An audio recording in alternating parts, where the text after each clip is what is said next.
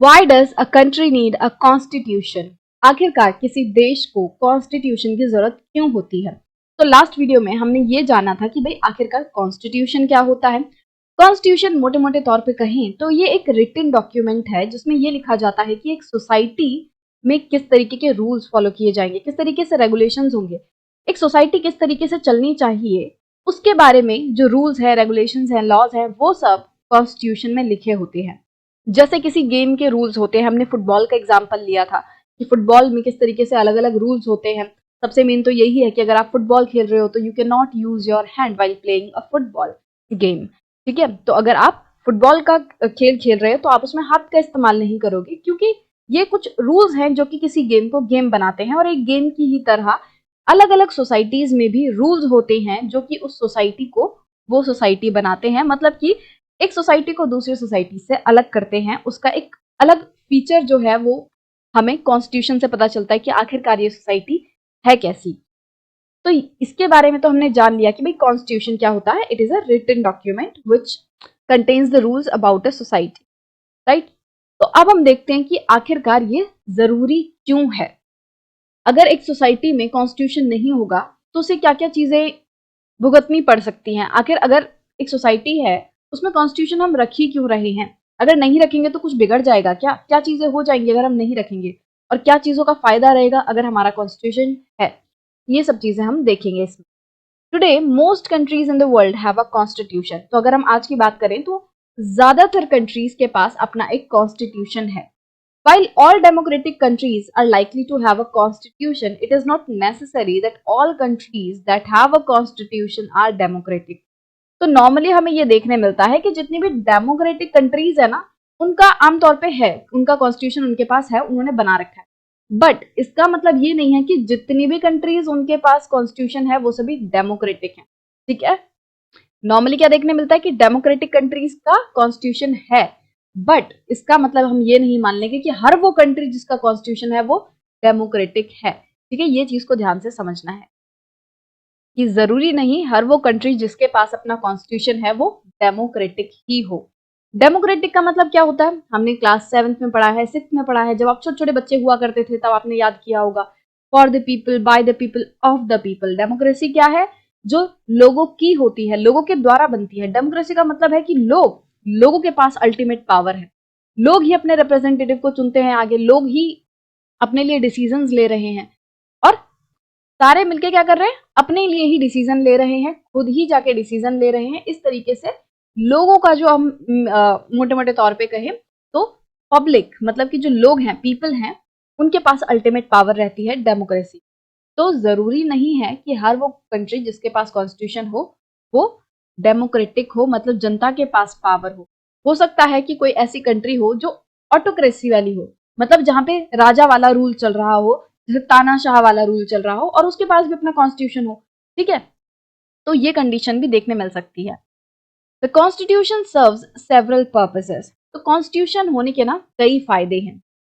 पहले बात करें, it lays out certain ideals that form the basis of the kind of country that we as citizens aspire to live in.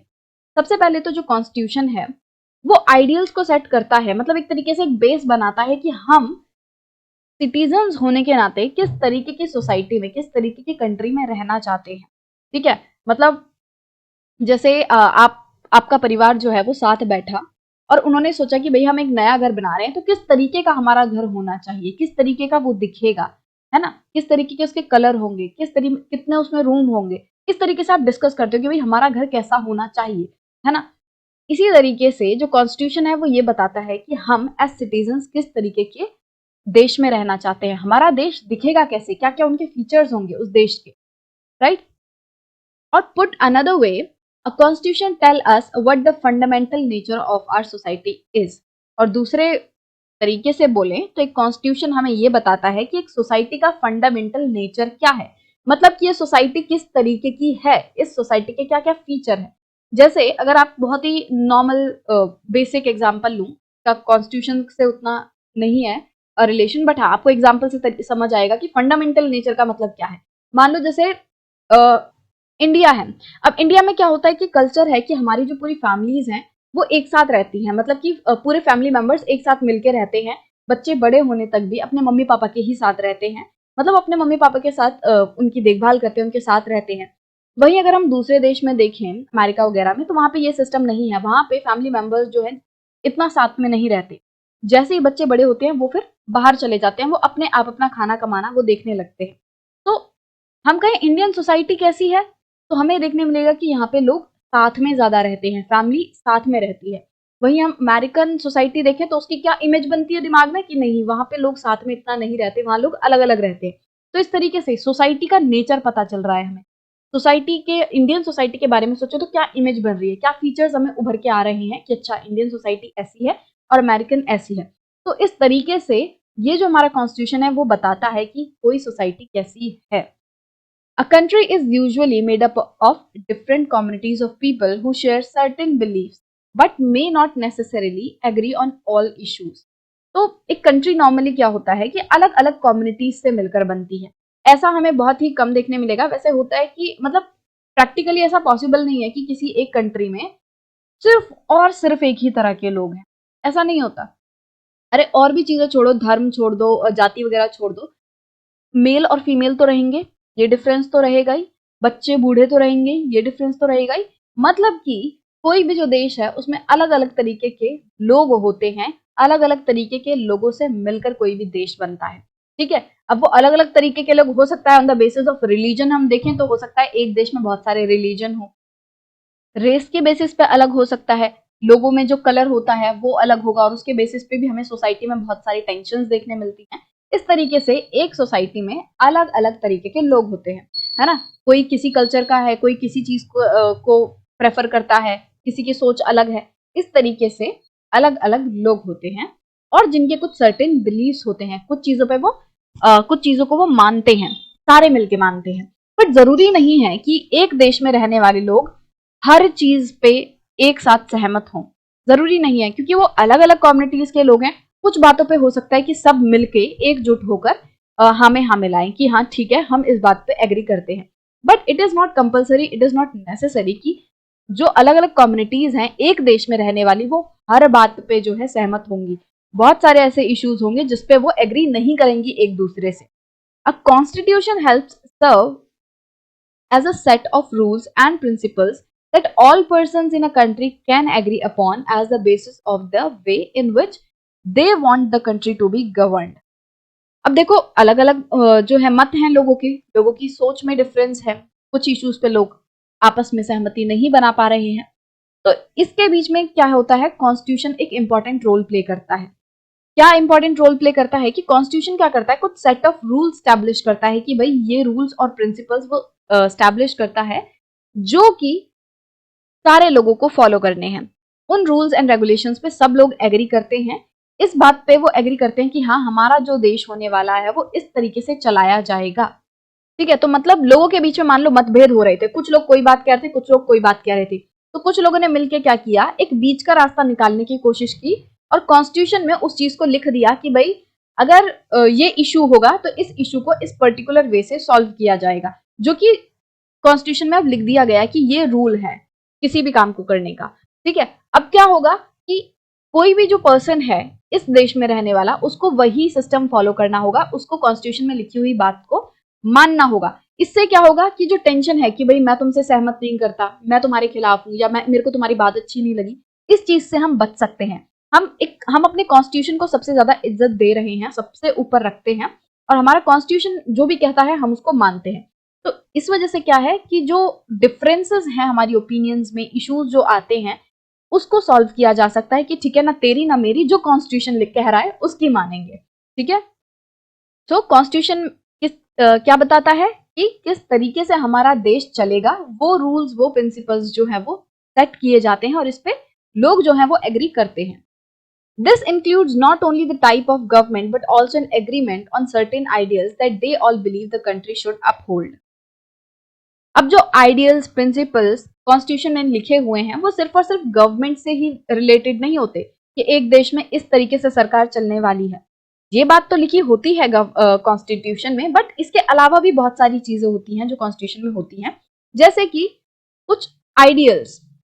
Ideal मतलब एक तरीके से कुछ प्रिंसिपल्स, कुछ आइडियाज जिन्हें आप मानते हो कि वो सबसे परफेक्ट हैं, बेस्ट हैं और उन्हें आप अचीव करना चाहते हो। ठीक है, तो यूं कहें सिद्धांत।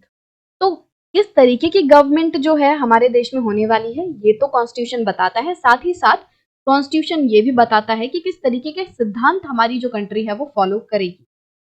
तो अभी तक हमने क्या क्या पढ़ा, कॉन्स्टिट्यूशन क्या क्या बताता है। सबसे पहले तो वो ये बताता है कि एक जो कंट्री है वो किस तरीके के होने वाली है, वो कंट्री का रूप किस तरीके का होगा। अगर कोई कंट्री के बारे में सोचेगा कि हाँ पर्टिकुलर कंट्री, तो उस कंट्री के बारे में सोचने से कुछ इमेज बननी चाहिए सोसाइटी की कि अच्छा इनके ये फीचर्स हैं, ये लोग बड़े ही प्यार से रहने वाले लोग हैं, ये मेहमान नवाजी बहुत अच्छी करते हैं। तो इस तरीके से कुछ फीचर्स जो हैं वो हमारी सोसाइटी के बनते हैं।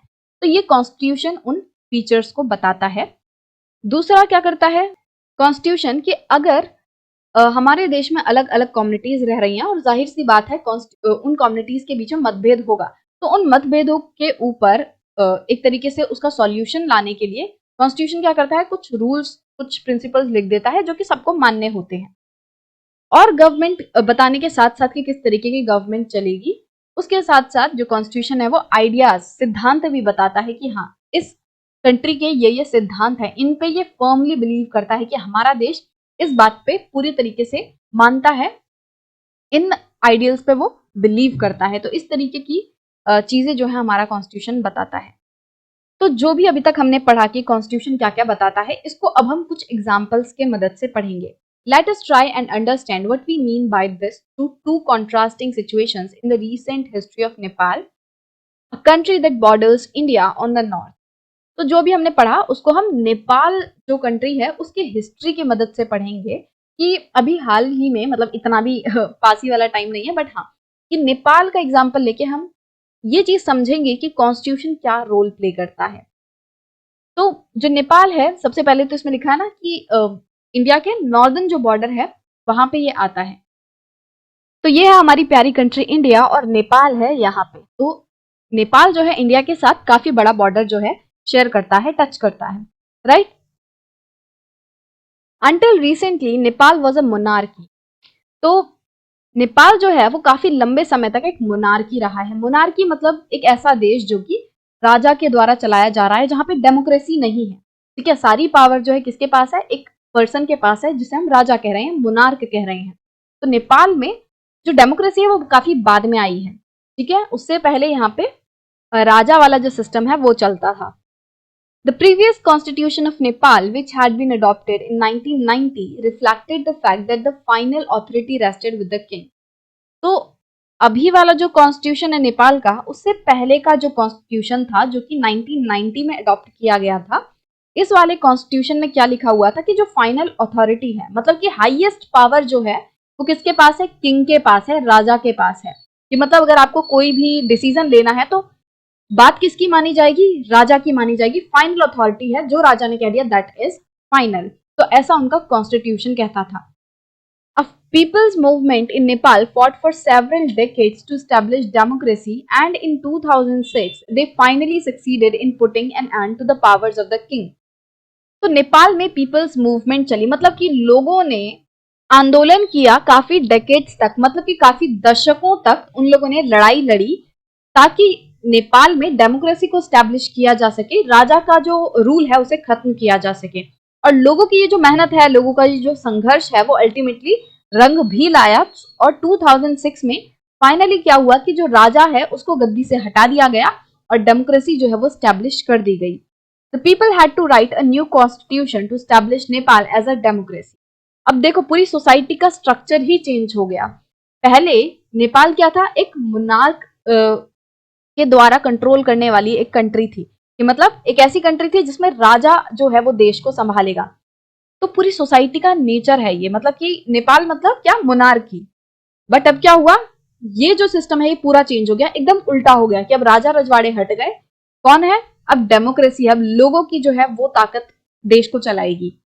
बट क्योंकि पूरा सिस्टम ही चेंज हो गया, उसकी वजह से क्या हुआ, नया कॉन्स्टिट्यूशन लिखने की जरूरत थी। क्योंकि कॉन्स्टिट्यूशन क्या करता है, वो सोसाइटी को ही तो रिप्रेजेंट करता है, सोसाइटी के आइडियल्स को बताता है, उसकी फंडामेंटल नेचर को बताता है। और जब सोसाइटी का फंडामेंटल नेचर ही चेंज हो गया, वो मोनार्की से डेमोक्रेसी बन गई, तो अब क्या है, एक नया कॉन्स्टिट्यूशन लिखने की जरूरत थी। The reason that they did not want to continue with the previous constitution is because it did not reflect the ideals of the country that they want Nepal to be and that they have fought for. अब वो पुराने वाले constitution को ही अपनाना क्यों नहीं चाहते थे? क्यों ऐसा हुआ कि जब डेमोक्रेसी आई तो उसके बाद उन्होंने जो पुराना कॉन्स्टिट्यूशन है उसको हटा के नया लिखने की कोशिश की, नया लिखा। तो वो रीजन तो मैंने बता ही दिया कि भाई सोसाइटी का नेचर ही चेंज हो गया।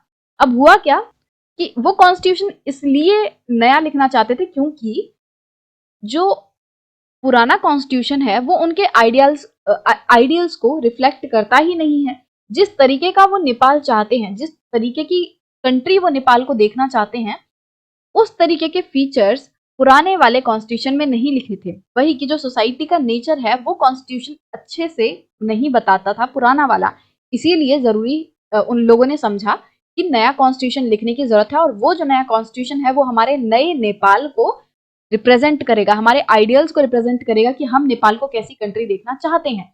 जिस नेपाल के लिए, जिस तरीके की कंट्री के लिए हम लोगों ने लड़ाई लड़ी है, उस तरीके की कंट्री को रिप्रेजेंट करे वो नया constitution.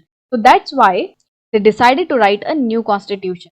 As in the game of football, in which a change in the constitutive rules will change the game altogether, Nepal, by moving from a monarchy to a democratic government, needs to change all its constitutive rules in order to usher in a new society. तो ये वही बात है जो मैंने just अभी आपको बताई कि जैसे देखो एक गेम है, अगर हम गेम की रूल्स ही चेंज कर दें तो क्या वो गेम रह जाएगा? फुटबॉल का ही एग्जाम्पल हम ले रहे हैं। तो फुटबॉल के रूल्स हमने चेंज करके कह दिया कि पहले फुटबॉल के रूल्स में ये था कि भाई सिर्फ पैर से खेलोगे, हाथ से नहीं खेल सकते तुम। बट अब रूल्स चेंज करके कह दिया कि तुम्हें हाथ से खेलना है, पैर से खेलना है, जिससे मर्जी खेलना है उससे खेलो। तो बताओ क्या वो फुटबॉल गेम रह जाएगा? नहीं ना, पूरा गेम ही बदल गया, एक नया ही गेम बन जाएगा वो, जिसमें हाथ भी यूज हो रहा है, पैर भी यूज हो रहा है, सब कुछ यूज हो रहा है, तो एक नया ही गेम बन जाएगा। इसी तरीके से नेपाल जो है वो मोनार्की से डेमोक्रेटिक गवर्नमेंट बन गया था, इस वजह से उसके पूरे जो कॉन्स्टिट्यूटिव रूल्स हैं, जो फंडामेंटल्स हैं, वो ही बदल गए थे। और इसलिए क्या जरूरत थी कि नया कॉन्स्टिट्यूशन लिखा जाए ताकि जो नया कॉन्स्टिट्यूशन है वो नए कॉन्स्टिट्यूटिव रूल्स, नई सोसाइटी को रिप्रेजेंट करे। This is why the people of Nepal adopted a new constitution for the country in 2015।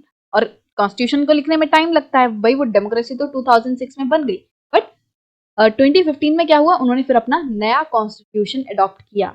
The caption alongside elaborates Nepal struggle for democracy. तो यहाँ पे आप देख सकते हो, the country of Nepal has witnessed several people struggle for democracy. तो इस वाले जो छोटा सा सेक्शन है, इसमें नेपाल ने किस तरीके से डेमोक्रेसी के लिए लड़ाई लड़ी है उसके बारे में थोड़ा सा आपको और बताया हुआ है। There was a people's struggle in 1990 that established democracy that lasted for 12 years until 2002. तो 1990 में भी एक पीपल की मूवमेंट चली थी, एक जन आंदोलन चला था, जिसमें क्या हुआ, लोगों ने डेमोक्रेसी को स्टैब्लिश किया था। जैसे 2006 में डेमोक्रेसी को स्टैब्लिश किया गया, ऐसे ही पहले नेपाल में डेमोक्रेसी ऑलरेडी स्टैब्लिश हो चुकी थी 1990 में, बट वो जो डेमोक्रेसी है वो सिर्फ और सिर्फ 12 साल तक ही चली, 1990 से 2002 तक ही चली, और फिर से मोनार्की आ गई। इन अक्टूबर 2002, king Gyanendra, citing the Maoist uprising in the countryside as his reason, began taking over different aspects of the government with the army's assistance. तो 2002 के अक्टूबर में क्या हुआ, जो उनके राजा थे ज्ञानेंद्र, उन्होंने क्या बोला कि भाई जो मेओइस्ट वगैरह हैं उनकी एक्टिविटीज बहुत ज्यादा बढ़ रही हैं, उनका डर देश में जो है मंडरा रहा है, और इसीलिए इस तरीके का रीजन देते हुए, मेओइस्ट का रीजन देते हुए कि भाई मेओइस्ट जो हैं वो लोग देश में बढ़ रहे हैं, ऐसा बोलते हुए जो ज्ञानेंद्र हैं उन्होंने क्या किया कि जो गवर्नमेंट है उसके अलग अलग एस्पेक्ट्स में, अलग अलग चीजों में वो पावर जमाने लग गए, कंट्रोल करने लग गए आर्मी की मदद से। The king then finally took over as the head of the government in February 2005।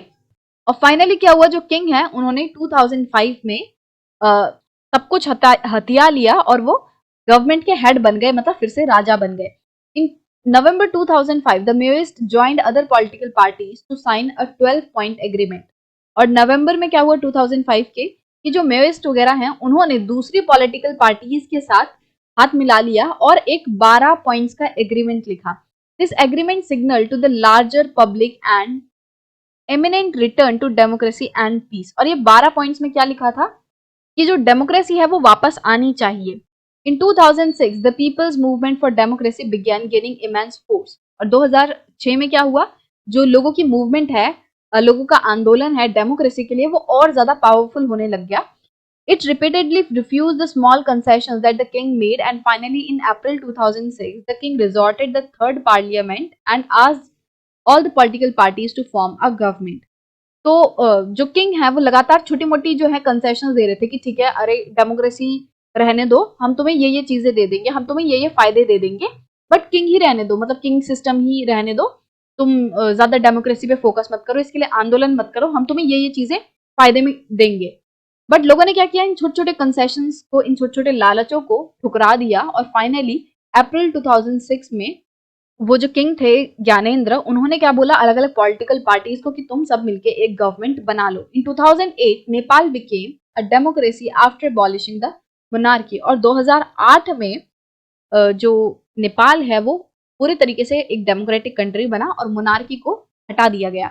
The above photo shows the scene from the people's movement for democracy in 2006। तो जो पिक्चर्स हैं इनमें आप देख सकते हो कि किस तरीके से नेपाल में लड़ाई लड़ी जा रही है डेमोक्रेसी के लिए।